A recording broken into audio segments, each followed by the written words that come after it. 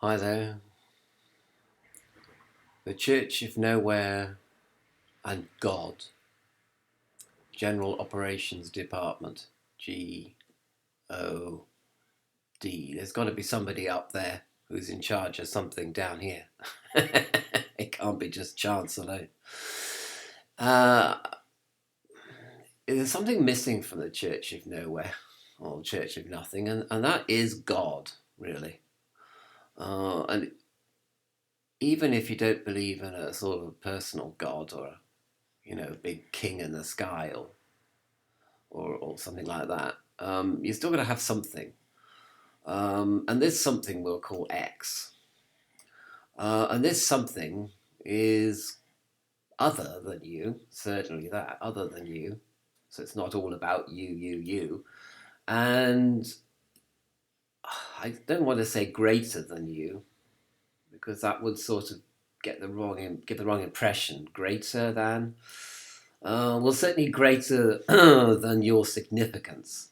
Let's put it that way. So, you're bound up with your selfish desires and your worries and your fears and your greed and your anxiety and your angst and all that, and what people think of you and what people don't think of you and all this. So you're bound up with all that. That's all your sort of self kind of thing.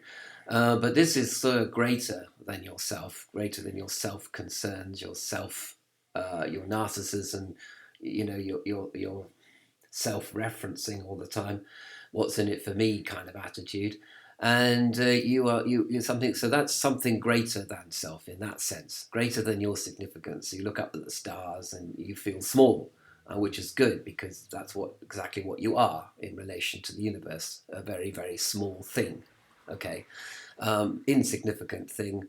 And the universe is totally other than yourself in that if a meteorite hit the Earth, you'd know about it. Well, you wouldn't know about it for very long, depending on the size of it, and it certainly would be other than you because you would just die. So it wouldn't take you into consideration at all. You'd just be an object that it bumped into and smashed to pieces. Okay, fair enough. Fair enough.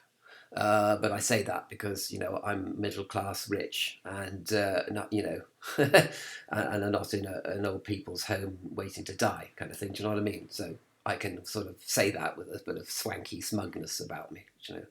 Anyway, so this would be God. This would be X something.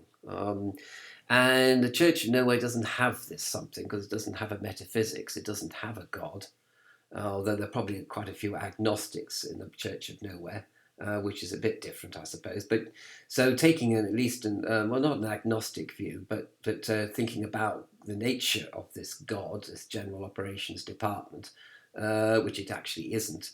It would have to be something other than myself, greater than myself, of my own significance.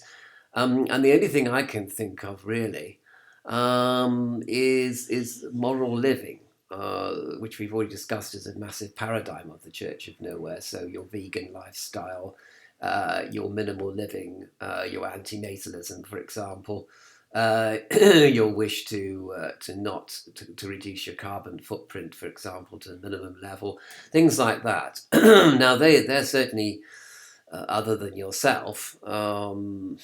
Although they are related to yourself, I suppose, in the sense you have to change your life. So you'd have to sacrifice, your latest iPhone in order to live minimally.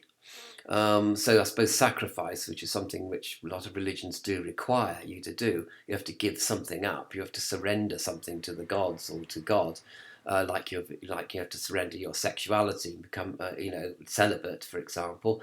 You have to celebrate, sacrifice your desire for all the swanky things of this earth, and you'd have to sacrifice, belonging to a peer group of successful people, for example, in order to live a minimal vegan lifestyle.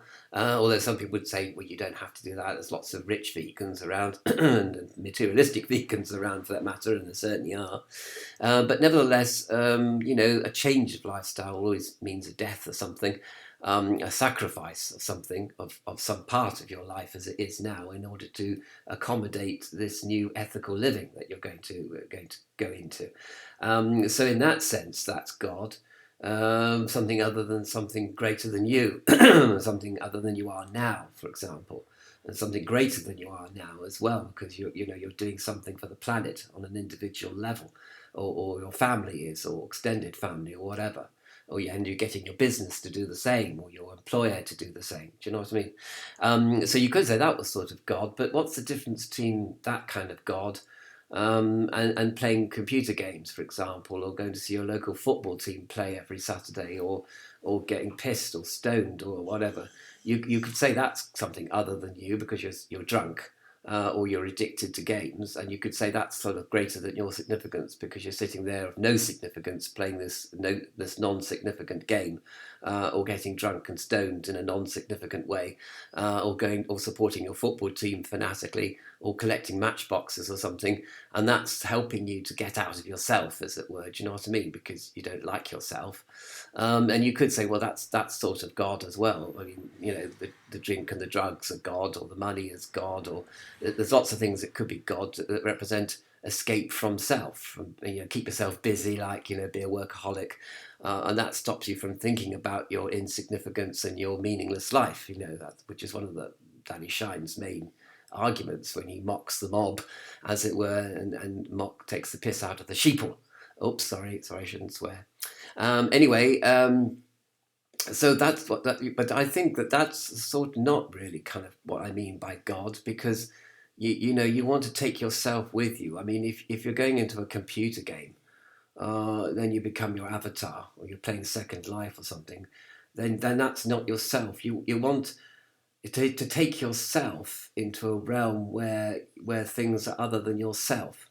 So if you live ethically, for example, you would take yourself in your actions, and you'd make them other than what they are now.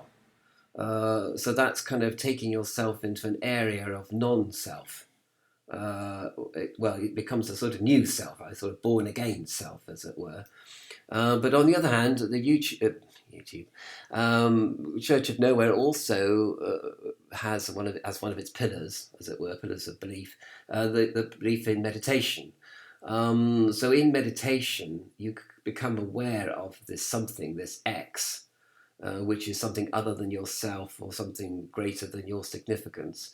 And you might become aware of this as a very sort of peaceful, placid, receptive place, and just a sort of battery to the universe, is a sort of universal battery that you take on board as you meditate, and you go into sort of calmness, because if you're going to live an ethical lifestyle and you're going to critique other people's lifestyles, I can see there that there's a possibility of becoming angry and agitated, and holier than thou sort of attitudes, and feeling superior to other people, and belonging to a vegan in group, and everybody else belongs to an out group, and then you hate them, and you despise them, and you call them sheeple and mob, and mad in crowds, and you just despise people, and that might get a bit negative. Really, you might do yourself a lot of harm.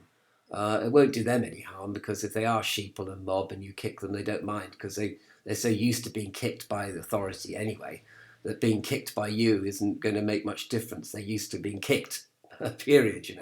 But if you can, so you go into this meditation rather than getting angry and judgmental, and then you tune into this X, which is just sort of an impersonal universe, universal force, I suppose. And then the Hindus call it the impersonal Brahmin, and everything is Brahmin. So you sort of become aware of this everything which is other than yourself, because maybe everything is real and it's yourself that is not real. And your emotional reactions actually are of no significance compared to the universe, compared to the impersonal Brahmin.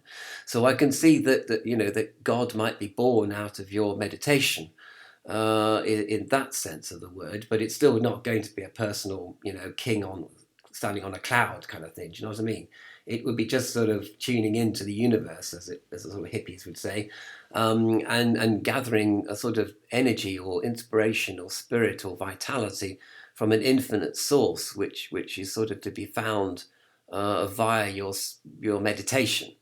But I mean, all these ideas are slightly rudimentary on my part, really. I don't really have an answer. I just feel that something is missing from the Church of Nowhere or Nothing, and I'd want to put it back some kind of meaning, because if you well, okay, life could be meaningless in the existential kind of way, but it's sort of horrible to deal with that. I don't even mind dying and nothing happening, but to think that everything is meaningless, even being kind or being nice to animals and people, and worrying about where your clothes come from, if they come from a sweatshop in India, for example.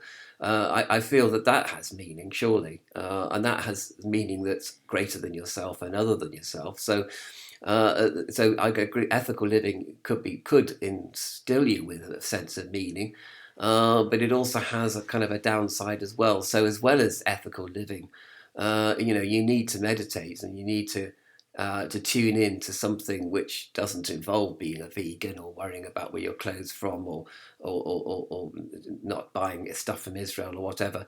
Oops, shouldn't say that, should I? Anyway, so I'm just going to park it there really and leave you to kind of ponder this idea.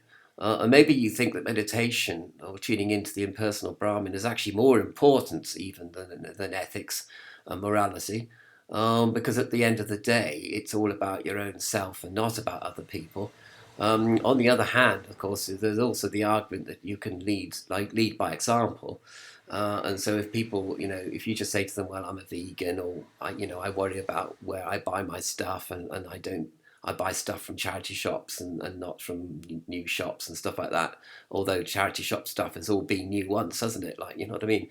Anyway, if you worry, you could say, well, I'm not, that doesn't really float my boat, even though might be necessary. And so I'll go into my meditational state once in a while, sort of spontaneously. You don't have to do it like religiously every Sunday, although perhaps you should do, because otherwise religion isn't a religion, right? And you could do that, and just sort of think about something other, something greater than yourself, something which has more significance than you have, which of course could be your neighbour, or a veal calf, or somebody in India that you've never met. It could be that they have more significance than you in any case.